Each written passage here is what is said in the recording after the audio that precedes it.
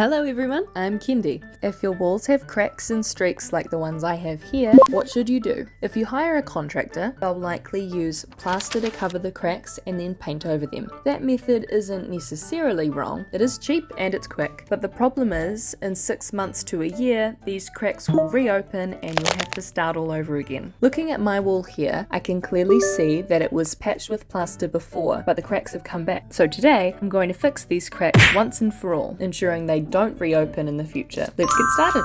Here's what we'll be covering in this video. First, we'll look at what causes walls to crack, the materials you'll need, preparing the crack, applying an additional coat, sanding the surface, painting the repair, and then we'll look at our final results. If you're curious like me, you might be wondering, why do these cracks appear? Well, it's actually very normal for cracks to appear on walls. To permanently fix them, however, we first need to understand why plaster alone doesn't work and how these cracks actually form. It doesn't matter if your house is wooden, brick, or concrete, cracks can develop over time. But do be aware, if you notice large cracks in a brick or concrete house, it could indicate foundation or structural issues.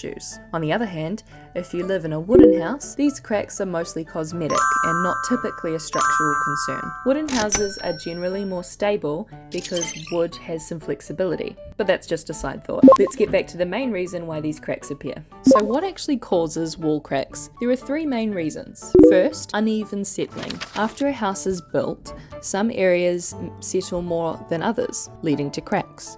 2. Material expansion and contraction. Different materials expand and contract at different rates due to temperature changes, which can also cause cracks over time.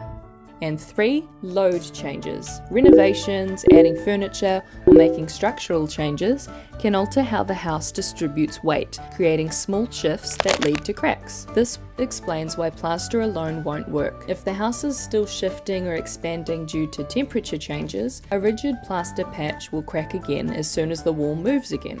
For example, looking closely at my wall, I can see that the left side has slightly sunk, while the right side has lifted, creating a misaligned crack. So how do we fix this properly? While today's method takes a little more effort than just applying plaster, it won't take much longer.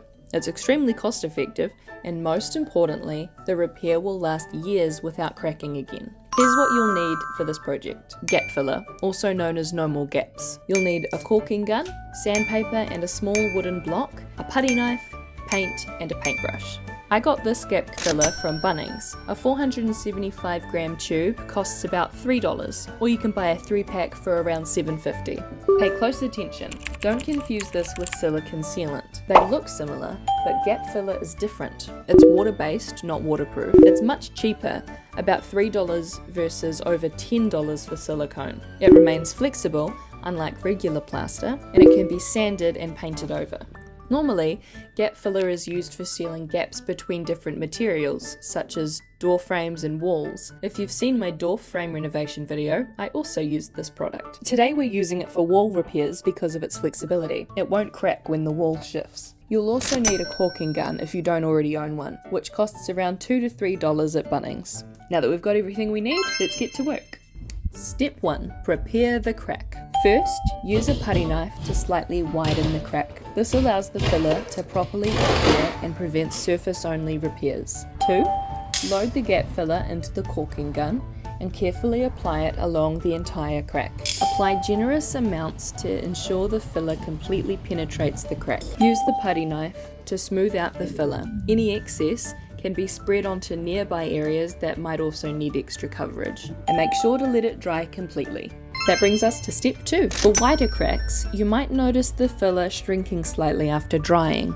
If that happens, you'll first apply another layer of gap filler using the same method we just used. And second, smooth it out again with a putty knife. The second layer will dry faster than the first, since it's applied on the surface and exposed to more air.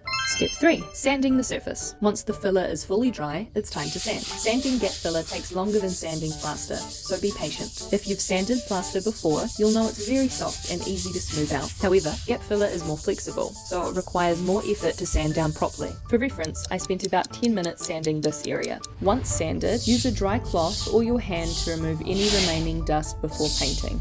Now we're at step 4, painting over the repair. Time to grab your paint and brush. If you watched my ceiling repair video, you'll remember that I used plaster in that case, which required at least 2 coats of paint because plaster absorbs moisture. However, gap filler doesn't absorb as much, so you only need 1 thick coat to cover the patch. To blend the colour smoothly with the surrounding wall, use a semi-dry brush to lightly blend the edges. If you have time, I still recommend applying 2 coats for the best results. Once the paint dries, the repair is complete. Now let's take a final look at the wall. As you can see, there are no more visible cracks. We have a smooth, professional looking finish, and most importantly, this method ensures the cracks won't reappear for years. If you found this video helpful, leave a like and a comment below. And if you enjoy DIY projects, make sure to subscribe to my channel. I regularly upload home improvement tips and tutorials to make your projects easier. Thanks for watching, and I'll see you in the next video.